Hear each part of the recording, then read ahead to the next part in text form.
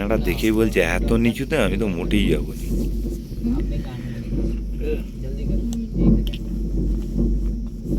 বিছানাটা বলছিল না এত নিচে, সব খালি খালি তুলছে কেন? আমি বললাম নি খালি দূর।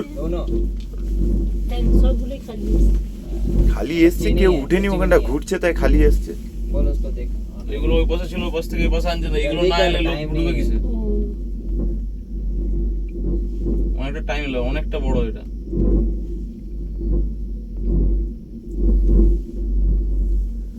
উফ, আরে দেখেই পয়সা কত বরফ পড়ে আছে।